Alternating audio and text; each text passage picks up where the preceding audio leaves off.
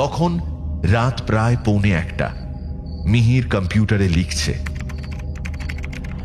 এমন সময় হঠাৎ তার মনে হলো যেন তার কানের কাছে ফিস ফিস করে কেউ কিছু বলছে। প্রথমটা ভেবেছিল মনের ভুল, পরে আরো কয়েকবার এরকম হওয়াতে মিহির ব্যাপারটা নিয়ে একটু কৌতূহলী হয়ে উঠল। তারপর নিজে থেকেই মন দিয়ে শব্দটা শুনে বুঝতে পারল যে সেটা আসছে তার বেডরুম থেকে। শব্দটা আস্তে আস্তে স্পষ্ট হয়ে উঠছে।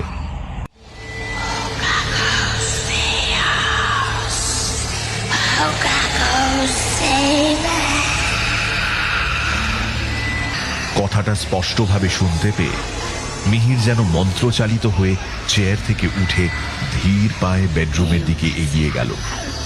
বেডরুমে গিয়ে মিহির সেই আয়নার সামনে এসে দাঁড়ালো। ঘরে নীল রঙের একটা নাইট ল্যাম্প জ্বলছে, কিন্তু সেখানে মিহিরের প্রতিচ্ছবি নেই।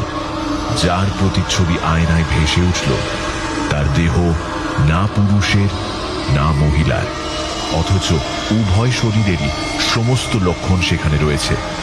আর মাথাটা অনেকটা ছাগলের মতো, যার দুটো শিং উপর দিকে উঠে মাথার পিছনে বেঁকে গিয়েছে।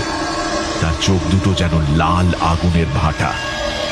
সে যেমন নিষ্পলকভাবে মিহিরের দিকে তাকিয়ে, মিহিরও তেমনি নিষ্পলক এবং বিস্ফারিত চোখে তার দিকে তাকিয়ে রয়েছে। Sunday suspense.